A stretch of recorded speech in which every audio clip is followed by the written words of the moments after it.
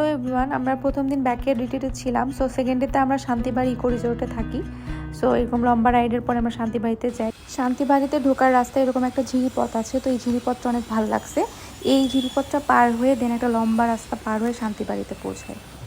শান্তিবাড়িতে আসার পরে যেটা ফিল হয়েছে যে এটা একদমই লোকালয়ের কাছে, কিন্তু এত লোকালয়ের ভিতরে যে এত নিরিবিলি এত কাম একটা প্লেস থাকতে পারে এটা আসলে এখানে না আসলে বোঝা যায় না।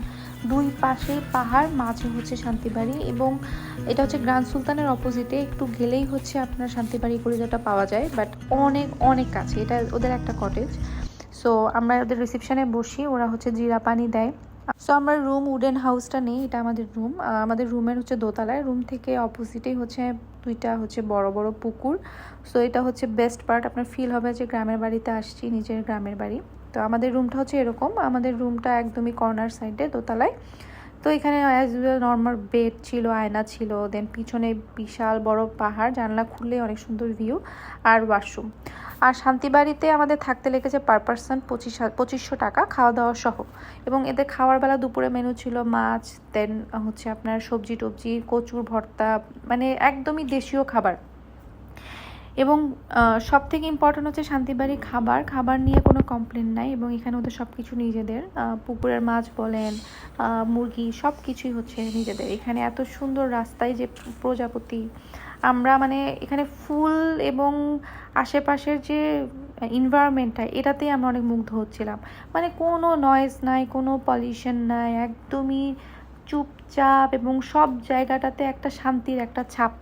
সো এটা হচ্ছে আমাদের বারান্দা থেকে ভিউ, আমরা বারান্দা থেকে দেখতেছিলাম, একটু রেস্ট নিচ্ছিলাম বারান্দা থেকে। তো বারান্দায় দেখতে দেখতে বৃষ্টি স্টার্ট হয়ে যায়। তো আমরা শ্রীমঙ্গলে চাচ্ছিলাম যে শ্রীমঙ্গলে যাব, বাট বৃষ্টি হবে না। ফার্স্ট দিন আমরা যেমন ব্যাকইয়ার্ড রিট্রিটে ছিলাম, কোনো বৃষ্টি পাইনি, বাট সেকেন্ড ডেতে শান্তিবাড়িতে এসে আমরা বৃষ্টিতে পাই। বৃষ্টি দেখে আমরা পুরো দুজনই পাগল হয়ে গেছিলাম যে বৃষ্টিতে ভিজবো। দেন যে বলা সেই কাজ, আমরা পুকুরে নেমে পড়ি। তো প্রথমে আস্তে আস্তে অনেক বৃষ্টি ছিল, তো আমরা চিন্তা করতেছিলাম যে বৃষ্টি আসলে আসতেই থাকবে কিনা। তো এরকম করতে করতে একবারে ঝুম বৃষ্টি স্টার্ট হয়। তো আমরা অনেকক্ষণ বৃষ্টিতে ভিজতে দেন আমরা চিন্তা করি যে এখানে একটা পাহাড়ের দিকে মাটির রাস্তা আছে। তো আমরা ওইটা চিন্তা করি যে আমরাও হচ্ছে বৃষ্টিতে ওই পাহাড়ে উঠবো। তো আমরা হেঁটে ওই মাটির রাস্তা দিয়ে হেঁটে, অনেক রিস্কি, একটা তুমি স্যাঁতস্যাঁতে জায়গা। তো এটা একটা এক্সপিরিয়েন্স ছিল, একটু পাগলামি এক্সপিরিয়েন্স, বাট গুড এক্সপিরিয়েন্স। দেন বিকালবেলা আমরা হচ্ছে এই যে শান্তিবাড়িতে ইকো রিসোর্টে মাছ ধরা যায়, তো ওরাই বড়শি দেয়, দেন ওরা হচ্ছে মাছের খাবারটা দেয়। তো আমরা হচ্ছে একদমই মানে চা নিয়ে বসছিলাম যে মাছ ধরবো। So good time pass. Luckily আমরা একটা মাছ পাই।